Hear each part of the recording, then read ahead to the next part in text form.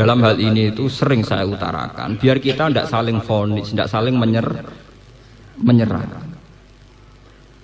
Abu Dzar dulu itu kalau sholat khusyuk era karuan, sampai ono wong wayahe ngulah nontane sangka alas ora sida mulai gara-gara sholat Abu Dzar kesuwen. Kanjeng Nabi marah-marah. Afattanun anta ya Abu Dzar, apa kamu ingin bikin Islam ini bubar gara-gara wong sholat makmum kowe kecewa kabeh. Sampai Nabi itu punya aturan yang mungkin kalau orang senang wiridan itu tidak siap. Tapi ini hadis sahih.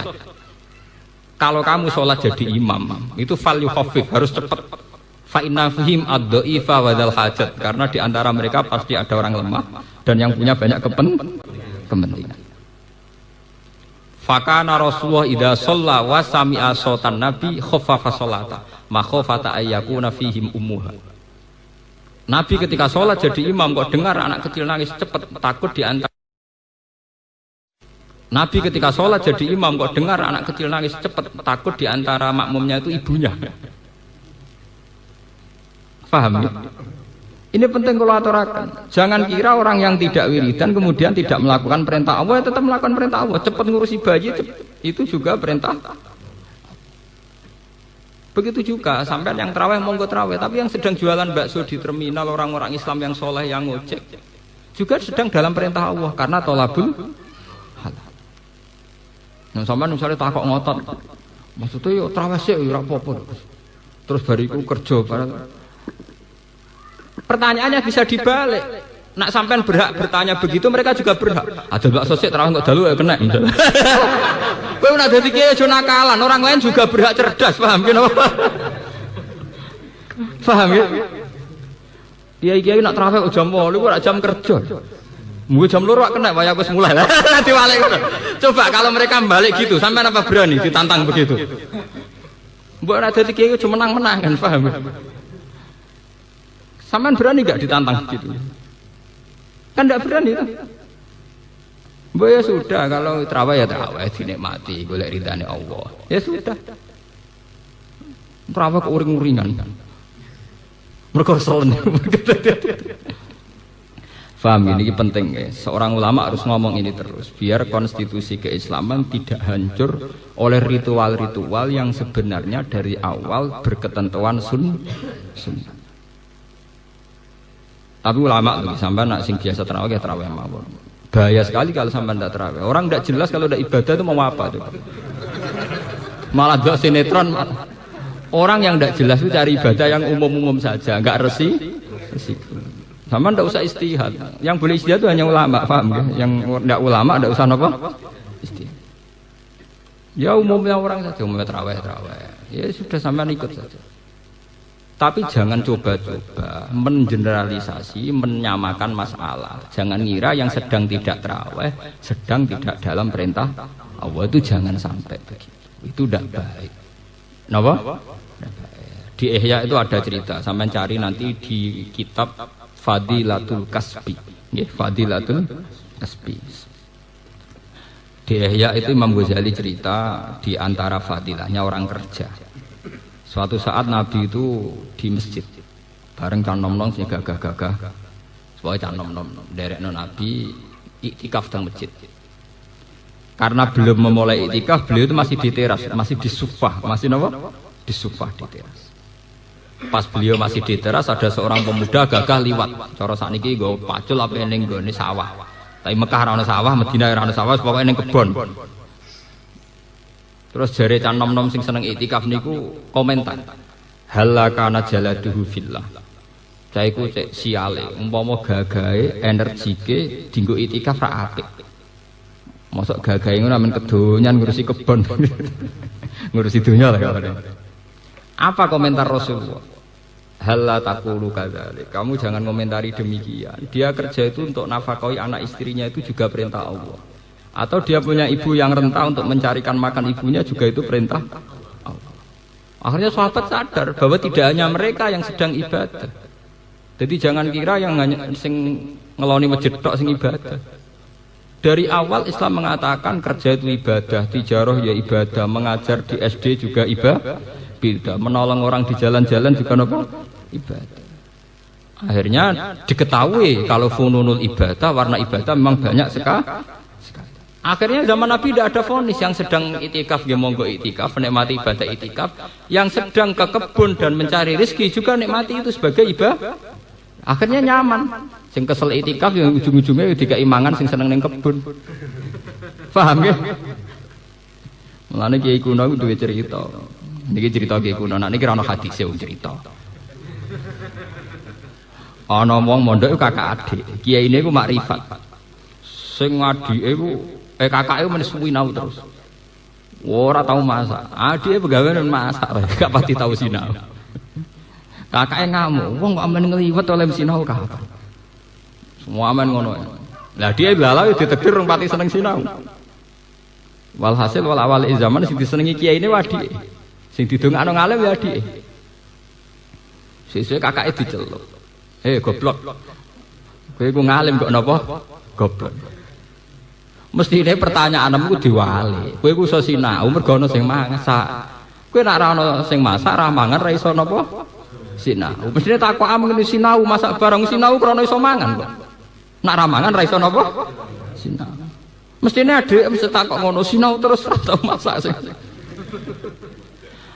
Padha kowe iso itikaf ning masjid iku jebule ya nakalan. Mentang-mentang bojo mbek NS wis ana mangan hari itu. Jebule ke itikaf krana duwe pakanan.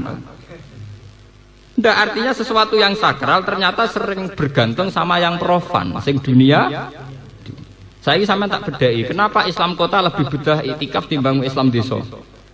Karena Islam kota itu sekali Ramadan dinikmati. Kenapa mereka bisa itikaf? Mboten ayem piye, misale di tabungan 200 juta. Itikaf mek sangu ATM. Damai lho. Ora kesusu mulai, ning omah kulkas yo bek. Artinya apa? Ternyata kenyamanan iktikaf ya berdasar sesuatu yang ya punya tabungan, ATM banyak, di kulkas juga masih banyak buah macam-macam. Tapi juga bisa dibalik. Orang-orang yang tidak nyaman iktikaf karena sedang kerja di sawah di apa juga karena demi masjid, demi ibadah. Jadi nggak apa-apa. Ya, makanya wau dawuh Kanjeng Nabi. Halla taqulu kadzalik. Jangan katakan yang sekarang ke kebun itu kemudian tidak ibadah. Mereka bercocok tanam untuk keluarganya dan itu baik, untuk orang tuanya dan itu baik. Akhirnya tenang. Bareng Kanjeng Nabi bar itikaf dong Rasulullah mlaku-mlaku. Ujung-ujunge ku sing ngekeki daharan pertama niku Abu Ayyub Al-Ansori. Yo kok dodoyan. Ya itu kan apa do kowe darusan ning masjid. Iku sawangane paling ibadah. Kue semangat mergo ana sing ngirimi kopi mbek jajan niku sing ora itikaf, paham? Sing ngirimi sing ora apa? Ora usah munafik dadi wong ora usah apa. Intine kan padha wae to, sing masak gedang goreng ya demi masjid, mergo engko ambek dikirimno wong Mbok wis padha ngakoni susah apa ngakoni kok ora gelem. Nek ora ati elek paham. Wong ngakoni nek wong liya saleh kok ora gelem. Pangeran swarga jembar mboten ngarah dosokan rasa kuwatir. Paham? Wong sing ra mbok totoki mbah swarga ya ben boleh pojok boleh ndi kok kowe entuk gondhe. Nek kanca kula cerita ngoten. Jenengan kepengin swarga apa, Gus? Nau ta. Ya kepengin ku ya swarga sing apik. Nek kula mboten. Aku kepengin swarga sing sederhana utawa kelas bawah. Lah piye? Lara ke sing swarga kumpul Kanjeng Nabi, kumpul nabi-nabi sungkan. Gak bebas. Tak akhir-akhir ya bener, kadang ora bener teke ya bener. Kula saniki sadar, kula saiki ya kepengin swarga sing biasa-biasa wae. Sing biasa wae Gus, kok iso ngopi mbek aku santai.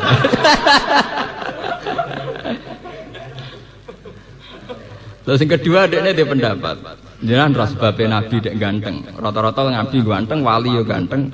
Kenapa Gus? Lebih ya. Malaikat itu mau kesel. Wong ning swarga iku ganteng kabeh. Nak ngrubah kok elek repot. Lah nek kok ganteng kan ngrubahe sithik. Ngrubahe ra akeh. Daripada ngrubahe akeh wong saleh-saleh ning dunyane tiga ganteng. Dadi sampean bu swarga ngrubahe ra nemen. Ya ana wong tukang gawe guyonan swarga ya. Cara kula nggih sah mawon ora nyolong mawon. Sah mawon. Wong bingung gawe job-job guyon wis sah mawon. Wong cara Islam kok ora nggih guyonan sing istihanah niku ndak apa-apa. Mun kula terusaken. Israel yang sekarang itu nama sebuah negara, bukan Israel auladi napa? Ya. Auladi Yakub niku diyakini yang paling legal, yang paling sah menerima nubuwah. Sehingga ketika Muhammad ngaku jadi nabi dan dia orang Arab, kata orang-orang Yahudi, laukana khairam masabakuna ila. Kalau betul nubuah itu hal yang baik, tentu tidak mungkin orang Arab, kita-kita yang jadi nabi. Nggih, kita-kita yang jadi, kok iso turunane wong Arab dadi nabi. Wong dekne ora wong Israel, ora min awal adi. Ya, niki sing apal-apal Quran ben ngecek malih. Mpun. Akhirnya terpaksa Quran nerangno asal usul nasabe nabi dan geososial kultural Mekah saat itu. Nggih, Mekah saat itu. Gini ku diterangaken Kanjeng Nabi Ibrahim kan nak Yakub kan bin Ishak bin Ibrahim, nggih. Israel ku auladi Yakub. Yakub bin Ishak bin Ibrahim. Akhirnya Quran nerangno bahwa asal usul penduduk Mekah pertama itu orang yang bernama Ibrahim. Gini ku Ibrahim merantau ke Mekah yang disebut Rabbana inni askantu min dzurriyyati biwadin ghairi dzisarin inda baitikal muharram. Ibrahim gawa bojo jenenge Siti Hajar. Siti Hajar ngelahirno Nabi Ismail. Nabi Ismail ngelahirno bangsa Mekah. Melane wa adnanu bila raibin intadzawil ulumin nasabiyah ila dzabihi napa Ismail. Nak ngono Sayyid Adnan iku anak turune Nabi Ismail. Nabi Ismail bin nak ngono dadi nabi yo pantes, mergo padha-padha dinasti kalian Nabi ya. Akhirnya wong Yahudi cek mau kalah. Bukti bahwa Palestina, Yerusalem lebih dekat dengan ritual suci. Gini ku gak ada Masjid Aqsa. Tapi piye Masjid Aqsa itu luwih identik mbek Nabi Musa, sing kurune sakwise Nabi Ibrahim. Akhirnya Quran cerita, nak tua-tuanan tempat ibadah ya tua Mekah. Mergo Mekah sing keceluk pendirine Nabi sinten Ibrahim. Akhirnya Quran rangno inna awwala baiti wudi alinasi lalladzi bi Bakkah mubarakaw wa hudal alamin. Dalile napa nggih? Malane dalile fihi ayatum bayyinatum maqamu Ibrahim. Kalau enggak percaya cek, di situ ada sisa-sisa bekas kaki telapake Nabi sinten Ibrahim. Iku nunjukno nak Mekah luwih tuwa tinimbang Palestina. Mereka paling banter Palestina itu Nabi Musa, Mekah Nabi Ibrahim. Padahal ning kono ana makamu napa? Ibrahim itu jejak kakine Ibrahim zaman bangun Ka'bah. Akhirnya polemik. Nah ini mesti tak sebut Nabi itu ngadepi polemik antarane wong Yahudi, Nasrani dan Kanjeng Nabi Muhammad. Sehingga oleh terminologi internasional tiga agama ini disebut sepupu. Ya dulur pisanan minduan. Mboten sepupu piye? Wong ujung-ujunge wong Yahuda. Yahudi itu kan nisbat ning jadihim niku Yahuda bin Yakub bin Ishak bin Ibrahim. Ibrahim sangka ibu Sarah nglahirno bangsa Yahudi, sangka ibu Hajar nglahirno bangsa Mekah termasuk Nabi Muhammad. Akhirnya ora iso wong Yahudi mbek wong Islam gak kangen-kangenan iso misanan mendoan ora cocok lah tetep kangen. Ya saling yo ora iso. Karena tidak ada bangsa religius di dunia kayak bangsa Islam dan bangsa Yahudi. Kristen itu rapati religius. Paling religius itu Islam dengan Yahudi. Orang-orang Yahudi yang sudah kaya raya kayak George Soros, kayak siapa. Oh itu pedulinya sama agamanya bukan main. Israel itu negara kecil tapi kuatnya bukan main. Karena apa? Orang-orang Yahudi itu fanatik dengan agamanya. Beda dengan orang Katolik. Mereka tahu kota sucinya di Yerusalem, dipindah ning Roma ya gelem. Oh yang Yahudi mboten nganti sakniki lan entek miliaran dibiayai tenan gimana supaya Yerusalem kembali ke pangkuan Yahudi karena di situ ada situs-situs suci. Ngotot tenan dibiayai tenan. Wong Katolik Protestan ya pindah kok repot. Artinya apa? Bangsa Yahudi memang religius betul, berani mati betul. Nganti sakniki wani perang tenan. Di PBB mati-matian tenan. Mbok diasingkan ulama apa komunitas internasional ngotot. Mergo mbae iku ya religius. Lan kula ngomong-ngomong Yahuda iku mirip santri. Dekne yo kepengin nakal tapi kepengin bar ku saleh meneh. Jadi kok wong soleh sebagai fitrah manusia ya tahu ngebet, tapi ya tetap kepengen tetap soleh. Jadi ya hak ngebet ya keturutan, tapi ya tetap soleh men. Iku koyok Yahuda, itu mbah-mbahe wong Yahudi nu religius. Ketika Yahuda iku gubedeng mbek Nabi Yusuf, pol gedinge. Dia ngerti nak mateni iku dosa. Ketika dulur-dulur usul, ya wis nak Yusuf iku paling jadi masalah, jadi problem. Saiki pateni ae. Iku jawab Yahuda, la taqtulu Yusuf. Aja kegeden dosa mateni napa? Cukup wa alquhu fi ghayabatil cemplungno sumur. Ngono aja apik. Cemplungno sumur sing yaltakit hubak di sayara, tapi aja mati sing kira-kira ana sing nemu. Wedi dosa gedhe nemen-nemen udah wedi. Paham ya? Rumang samung Yahudi saleh nemen mboten. Mane kadang ya bener Gus Dur temen apike wong Yahudi. Ya Gus Dur wong pinter, maksudnya ngomong ngono ya tetep dipikir. Sing roh padha wong pinter ngono tok masalah kan. Zaman royak tak kandhani maksudnya. Pintere anutan jenenge. Ojo pateni. Ya cukup dicemplungno sumur ngono wae sing yaltaqitu ba'dus. Ngono cek ditutup nek wa takunu ming ba'di qauman sholihin, tapi engko ya saleh meneh. Dadi koyo wong saleh sing maksiat, mbok maksiat delok wong wedok, mbok maksiat seneng dhuwit, tapi engko istighfar. Dadi ora siap abangan nemen napa? Ora siap. Tapi kon ngempet temen-temen ora kuat to manusa. Lha iku mirip Yahudi. Mulane bangsa Yahudi itu bangsa yang religius.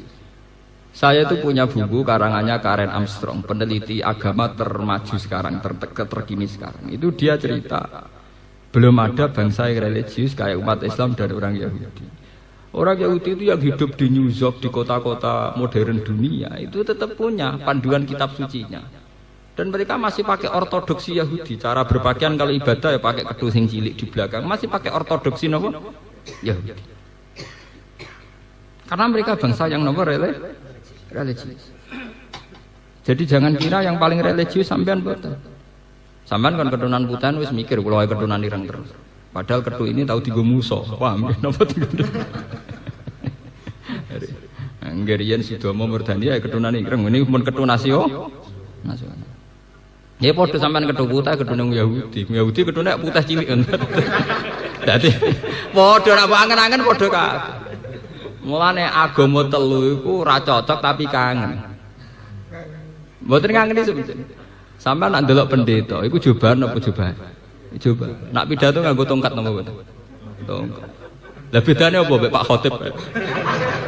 Padha khas-khase ora cocok tapi kangen. Rumahan tiga agama misahan minduan. Asal usule cocok ra cocok ya mirip. Mbok ora cocok kok ya mi. Khotbah ya nyekel tongkat. Nggih coba. Nggo makian lengkap. Ya ora ana tradisi coplok ketu. Mereka nganggo ketu koyo turbus nggih nganggo ketu ala sampeyan, tapi ya padha hati-hati tetep pakai tutup kepala. Kristen Yahudi PP modern terus khutbah celananan kaos-kaosan singlet nggih mboten. Ya tetep pakaian resmi kebesaran. Nggih nutup aurat, ora terus blodor nggih mboten. Sama. Cuma wong Islam darani ngono iku serban, wong ngono darani iku selendang. Tapi ya padha, ngono selendang mek serban bedane apa?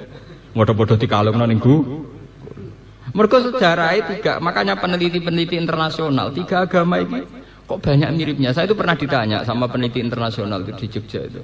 Pak Bah, berarti betul ya cerita kalau Nabi Muhammad itu ya masih keluarga dengan orang Israel. Ya mohon aramisanan biduan. Sebab itu Quran piyambak ngakui tiga agama disebut agama semitik. Sebab itu Quran ngaitno sejarah Islam mbek sejarah Taurat dan Injil. Jadi tiap Quran diterangno mesti musaddiqal lima baina yadayhi minat Taurat wal Injil. Kanjeng Nabi piyambak kepengin napak tilas leluhur. Ini Kanjeng Nabi dikandani pangeran. Mat kowe nak ning Mekah tok ora sempurna. Leluhurmu ora ning Mekah tok. Termasuk ning Masjid Aqsa. Mulane Nabi di Mi'rajno, di Isra'no minal Masjidil Haram ilal Masjidil Aqsa. Kok Nabi ya tau dinyek wong Yahudi. Ngaku Nabi rapal pintune Masjid Aqsa. Oleh. Kowe ku ngaku Nabi kok ora roh jumlah pintune Masjid Jare Kanjeng Nabi. Ya tapi aku tetap nabi. Lah niku langsung di muka syafa. Nggih. Niku didudono Jibril pintune Masjid Aqsa jumlahe sakmene, sisine ngene-ngene. Kanjeng Nabi nerang. Kalian yang Yahudi. Sampai wonten sing Islam, mergo gak masuk akal. Muhammad kok roh tenan. Mergo Nabi ku dimerotno namung sak kedepak. Lah niku sakjane awal-awale Isra niku menjawab pertanyaan Yahudi, nak Nabi tenan mesti tahu ngijak Sokhroh sing tahu diinjak para nabi. Ini Sokhroh teng Masjid Aqsa. Mergo Mekah gadah makam Ibrahim, teng Masjid Aqsa wonten apa? Sokhroh. Dimerotno Nabi. Terus dari cerita Kiai kuno terus Nabi nyancang buruk niku. Ning Mekah dicancang ning pinggire Ka'bah sing saiki dienggo mek sugihan wong India biasane. Mergo riyen jarene sakane dienggo nyancang napa? Buruk. Dadi nek ibadah do ngeloni napa? Saka niku. Wong kula ki nate dijak kanca kula. Gus, gak ngeloni cagak iku. Lah piye? Jare mari sugih. Kowe aku tekan ning ngarepe Ka'bah aja kedonyan. Kambinge wangi ya. Ah iku mergo dhisik critane tau dienggo nyancang napa? Karo dene buruk ya kok nakal, kok isih dicancang bareng. Lah niku dibutuh teng Masjid Aqsa dicancang meneh ning pinggire sok. Lah itu menurut penelitian ternyata Gio Masjid Aqsa itu yang paling dekat dengan pintu napa? Langit. Sehingga Nabi Mi'rajnya itu nak setare kok kene niku suwek. Lah setare kok pijakan sing paling dekat dengan pintu napa? Langit. Itu pas Sokhroh.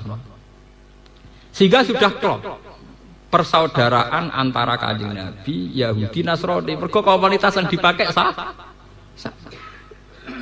Mulane agama telu iku ora rukun ya ora iso, ora tukaran nggih mboten. Sekarang organisasi dunia itu mesti yang paling dadi lakon ya tiga agama niku, Yahudi, Nasrani, Islam. Misalnya apa jenenge perkumpulan antar umat beragama seluruh dunia, ujung-ujungnya lakone mek telu niku. Ya ora cocok, rukun meneh ora cocok, rukun meneh ngoten. Dan di internasional malah kental sekali. Seperti dulu Yasir Arafat yang dinikahi ya wanita kitabiyah. Kalau di komunitas internasional biasa, kuat sekali. Nah, ini kalau namung cerita kenapa surat Toha dan banyak surat kados teng surat Qasas, di surat-surat yang lain banyak cerita Nabi Musa dan orang Yahudi. Karena tiga agama ini pernah dengan tema yang sama, dengan isu yang sama. Nah kemudian ada yang terjun bebas, yaitu di era tahrif. Itu sing disebut teng surat-surat Madaniyah. Ini rungokno tenangan ya. Ini orang oleh terputus sampean kok salah paham. Era-era surat Madaniyah lebih menitik beratkan sisi pembeda. Ini ku wonten yukharrifunal kalima mawadila. Itu rata-rata di surat Madaniyah. Dijelaskan bahwa kitab-kitab Taurat yang Injil yang sekarang di tangan mereka sudah edisi tahrif. Meskipun tidak semuanya dimuharraf. Cuma edisi tahrif itu dimulai dari siapa? Para pencatat sejarah gitu-gitu. Kalau rata-rata sejarah internasional ya nulis mulai Lukas, Matias dan sebagainya. Tapi itu kan orang-orang kemarin. Kalau zaman Nabi tentu yang dianggap tahrif tidak mereka kan, itu kan sejarah yang terkini, toh gitu. Era Nabi tentu tidak itu kan, paham ya? Nah ini terus wonten masalah. Tapi meskipun ono masalah tahrif, piye wae sebagian isine Taurat itu bener, sebagian isine Injil gini apa? Daripada ora roh pase di sing salah di sing bener. Nak ditakoki Taurat itu piye ya kitab buah. Tapi saiki ono sing dirubah ya nak pas tepaan padha be Quran ya kitab buah nak ora ya ora. Mulane Kanjeng Nabi agar ditakoki sahabat, ya Rasulullah, saya ini baca kitab-kitabnya orang Yahudi, ternyata mirip dengan Quran. Jare Kanjeng Nabi ya, nak ditakoki ngoten nggih. La tusaddiquhum wa la tukadzibuhum. Kowe ngiyani ya aja kok nang pas tepaan sing tahrif. Gorohno ya aja nang tepaan sing padha.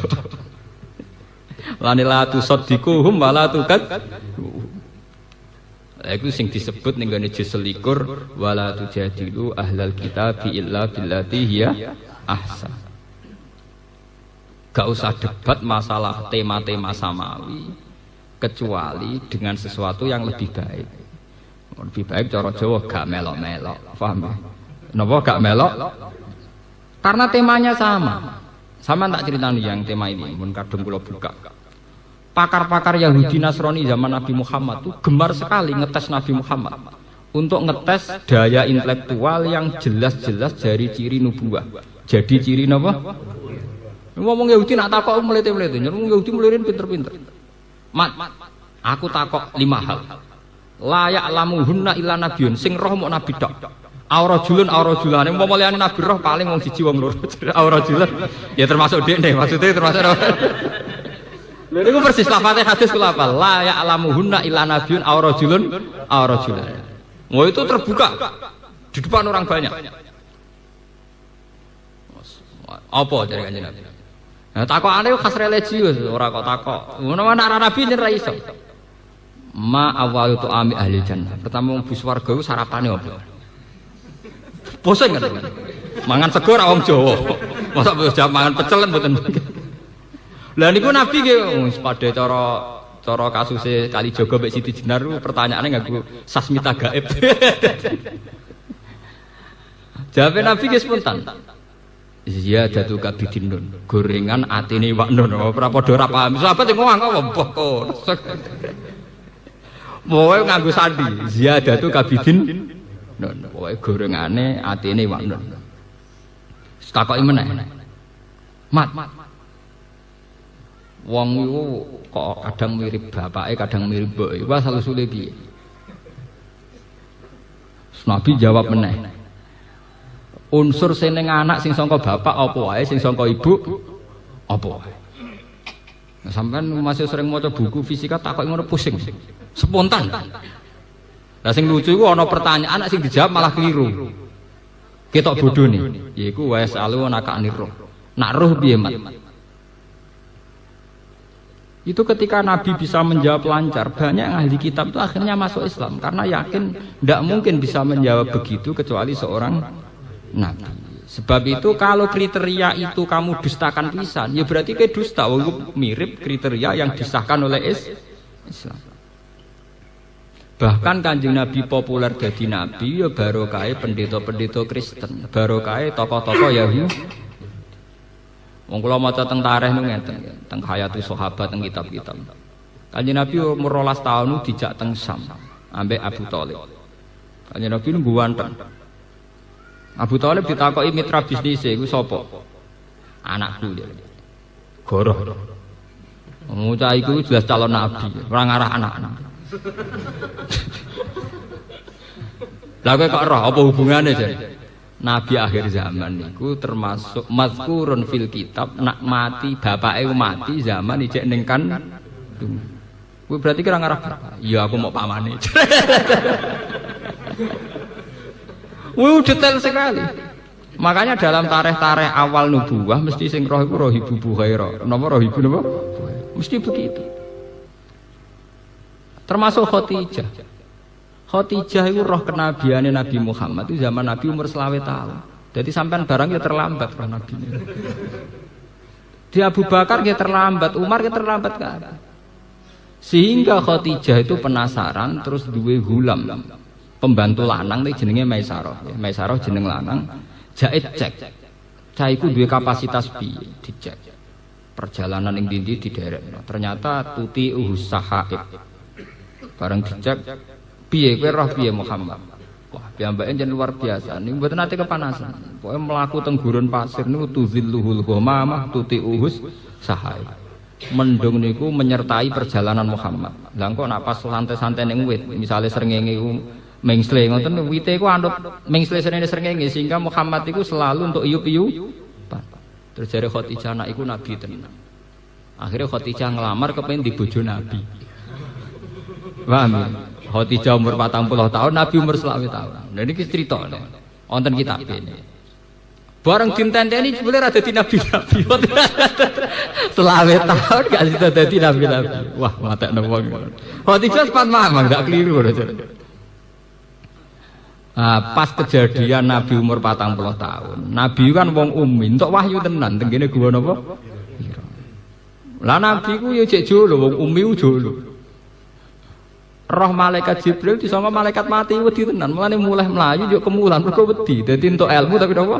Wedi. Mergo nyangkane malaikat pati.